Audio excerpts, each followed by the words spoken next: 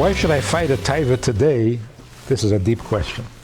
Why should I fight a taiva today if I know that next day I'll have the same exact taiva? What should I do about it?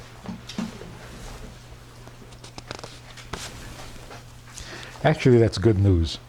If you had a new taiva every day, you'd be a meshugana. You'd be an animal. I don't know what you would be. You'd be out of control. Baruch Hashem, you have the same taiva every day. What do you do with a taiva? A taiva is an opportunity to stop being a robot. Because the taiva you didn't choose. That's your program. If you can skip your program once a week, that's great. The next day you'll have the same taiva, you'll have the same opportunity. Taiva simply means there's a program. Mitzvahs means I can skip the program. Every time you do that, it's wonderful. Will you ever get rid of taivas? No. You're not supposed to.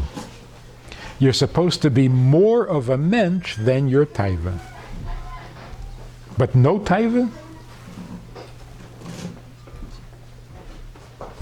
That's why the Alter Rebbe says in Tanya, if you're upset that you have a taiva, then you think you're a tzaddik.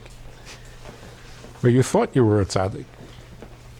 You have a taiva, and every taiva is an opportunity to stop being a robot for a few minutes. And that's great. Make sense?